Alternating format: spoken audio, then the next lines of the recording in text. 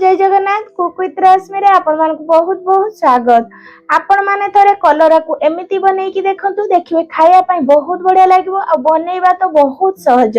जदि आपण मानक मोर ए रेसिपीटी पसंद आसे ताले प्लीज वीडियो को लाइक शेयर एंड सब्सक्राइब करिया को बिल्कुल भी भूलंतुनी।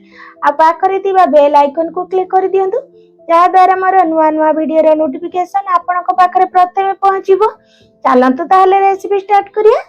फास्ट देखो मुझे 200 ग्राम कलरा को एमती टिके लंबा करके टिके मोटा करछि, बेसी पतला नुहे कि बेसी मोटा नुहे।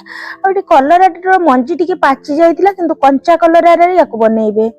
ता सहित दुईटी बड़ आलू को भी सेम प्रोसेस रे लंबा करके जेमती आलू भजा करा जाय सेही भलिया लंबा लंबा करके सरू करके काटी नबा।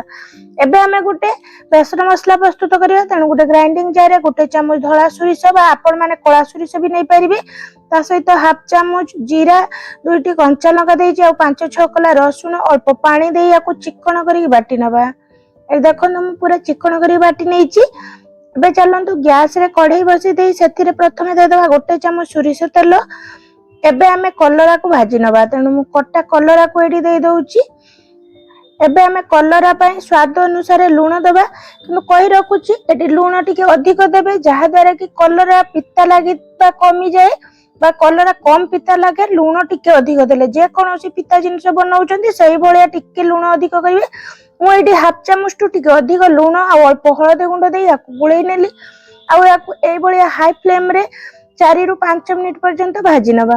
ए देखंतु कलरा पूरा भाजी हे जाइतिला, मु ताको बाहर करि नेली। एनो जत्ते बेले भी कलरा भाजुचंती लूण अधिक देबे आ याकु बिल्कुल बेसी सिजिया पई देबेनी। हाई फ्लेम रे याकु भाजी नेबे बा कुक करि नेबे, देखिबे पिता कम लागिवो। एबे सेम कढ़ाई रे आ गोटे चामच सोरिष तेल सेतिरे कटा आलू को दे देबा आ गोटे पिंच लूण आ गोटे पिंच हळदी गुंड दे देबा। काहेकि ना हमें कलरा रे लूण अधिक देइछे तेणु एटी लूण टिके कम देबे। आ याकु आलू को भल भाबरे एटी गुळै नबा आ याकु कवर करके छाडी देबा 3 रु 4 मिनिट पर्यंत, जेमती ये भल भाबरे कुक हे जिवो। एटी आलू को हमको पूरा परफेक्टली सिजिबारे नाही, माने एटी पाखा पाखी 80% आलू सिजी गले से पर्यंत याकु भाजी नबा। एटी देखंतु किछि समय परे हम कवर बाहर कर नैछि। आलू एटी हमर परफेक्टली सिजी जाइछि 80% पाखा पाखी। मु याकु गुटे जागा को बाहर करि नउछि। सेम कढ़ाई रे अल्प टिके तेल अछि, माने हाफ चामच पाखा पाखी तेल थिला। मु आउ हाफ चामच तेल दउछि। तेल गरम होला परे एटी हाफ चामच सुमुरा बा चंदिनी आपण माने कोन कोंती मु जाननी ताकू देबे, निहाती भल लागिवो। जदि नाही ताले पंचफुटन हाफ चामच देई परिबे। ता सहित एटी गोटे सुखिला लंका को छिड़की दे देबा आ एटी गोटे पियाज को एमती लंबा रे ए भले हम काटी नैछि पतला पतला करी। पियाज देई पियाज को एपट सेपट करे गुळै नबा आ याकू 2-3 मिनिट पर्यंत भाजी नबा। पियाज रो कलर एटी चेंज हे गलानी। एबे एतिरे दे देबा गोटे टमाटो को काटिकी, बास टमाटो को पियाज सहित टिके गुळै नबा केवल 1 रु 2 मिनिट पर्यंत, जेमती टमाटो टिके सॉफ्ट हे आसीबो। एबे एतिरे दे देबा बेसन मसला जो सोरिष जीरा को बाटी रखिथिले सब मसला को ताकू देला परे स्वाद अनुसार लूण देबा और अल्प हळदी गुंड। एटी कहि रखुची मु लूण हळदी गुंड आगर भी ऐड करिछि, तेणु टिके कम करके देबे। जदि लागिवो परे ऐड करि परिबे। एटी सब देला परे मु मसला को केवल एटी 2 रु 3 मिनिट गुळै नेली। सोरिष मसला को अधिक कसिले ये बेस पिता लागि थाए, तेणु अल्प टिके कसी नेला परे देखंतु एटी मसला रो पानी पूरा कमी आसिलानी। एबे मो ग्राइंडिंग जार को धोइकी एटी अल्प पानी देई दउची।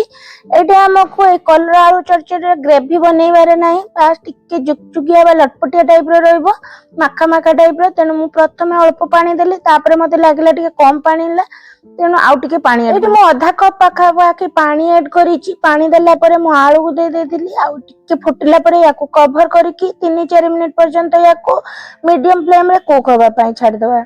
एटी देखंतु 3 रु 4 मिनिट परे एटी पानी भी टिके कमी आइसलानी। एटी आलू भी भल भाबरे सिजी जाइछि। एई जगह रे हमें भजा कलरा को ऐड करिबा आ कलरा को सब मसला बा आलू मसला सहित पूरा भल भाबरे एटी गुळै नबा। आ एटी कहि रखुछि पूरा हाई फ्लेम रे याको 2-3 मिनिट पर्यंत याको कुक होबा पई छाडी देबा। देखंतु 2 रु 3 मिनिट परे पानी पूरा सुखी गलानी। धीरे धीरे ये आहुरी सुखा हे जिवो। तेणु एइठी देखंतु कलरा आलू चडचडी एई भलिया देखा जाउछि। तेणु याकू आउ अधिक फुटेबेनी एटी गैस रो फ्लेम को बंद करी दबा। एबे याकू हमें गोटे प्लेट को सर्व करी नबा। आपण माने थरे एई भलिया मो प्रोसेस रे कलरा आलू चरचड़ी बनै की देखंतु देखिबे खाया पई बहुत भल लागियो। बड़ लोक तो छाड़ छोट पिला माने भी मागी करी खाइबे। माने नॉर्मली आपण माने जेमिति कलरा को बनंतु ना पिता लागि थाए किंतु एमिति प्रोसेस रे बनैबे कलरा बहुत कम पिता लागिवो। आपण मान को मोर ए रेसिपी केमिति लागला प्लीज कमेंट माध्यम रे निहाती जणैबे। आशा करूची आज मोर ए रेसिपी आपण मान को बहुत पसंद आसीथिबो। आपण माने एमिति कलरा आलू चरचड़ी बनै की भात सहित पखाल भात सहित खाइबे बहुत भल लागिवो। रहूची।